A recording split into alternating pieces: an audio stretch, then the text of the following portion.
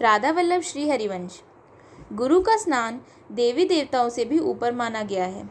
गुरु की बातों का पालन करने पर किसी का भी जीवन बदल सकता है। तो आज हम एक ऐसी लोक कथा के बारे में जानेंगे जिससे हमें पता चलेगा कि गुरु का हमारे जीवन में क्या महत्व है। एक गांव में एक चोर ने विद्वान संत से कहा कि आज से आप मेरे गुरु हुए, लेकिन मैं चोरी करना नहीं छोड़ सकता क्योंकि यही मेरा काम है। गुरु ने चोर से कहा कि ठीक है, अब से तू मेरा शिष्य है। मेरी एक बात ध्यान रखना, सभी महिलाओं को अपनी माता और बहन समझना। चोर ने ये बात मान ली।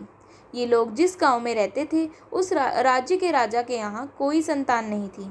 इस वजह से राजा अपनी रानी से गुस्सा था और रानी को अलग महल में रहने के लिए भेज दिया था। संतान न होने की वजह से रानी भी बहुत दुखी थी।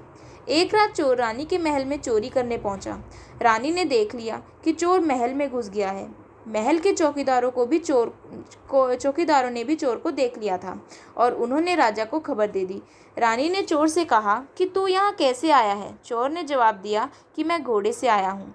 रानी बोली, मैं तेरे घोड़े को सोने चांदी से लदवा दूंगी, बस मेरी एक इच्छा पूरी कर दे। चोर को अपने गुरु की बात याद थी। वह भागा नहीं। उसने कहा कि आप तो मेरी माँ समान हैं, मुझे पुत्र समझकर अपनी इच्छा बताएं। मैं चोर हूँ, लेकिन मेरे बस में होगा तो मैं ज़रूर पूरा करूँगा। राजा ये सब बातें सुन रहा था।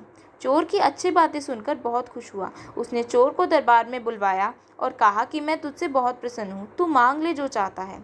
चोर ने कहा कि राजन, आप महारानी को अब से अपने महल में ही रखें, उन्हें दुख ना दें। राजा ने चोर की बात मान ली। महारानी से राजा ने अपने किए की क्षमा मांगी। रानी ने राजा से कहा कि हम इस चोर को ही अपना पुत्र बना लेते हैं, इसकी वजह से ही सब ठीक हुआ है। राजा भी यह बात मान गया और चोर को अपना उत्तराधिकारी घोषित कर दिया। कथा की सीख। गुरु की बातें जीवन में उतारने से किसी का भी जीवन बदल सकता है। चोर चोरी करता था, लेकिन उसने गुरु के उपदेश को ध्यान रखा और राजा रानी उससे प्रसन्न हो गए। एक चोर का जीवन बदल गया। आशा करती हूँ आपको आज की वीडियो अच्छी लगी होगी। राधा वल्लभ श्री हरिवंश।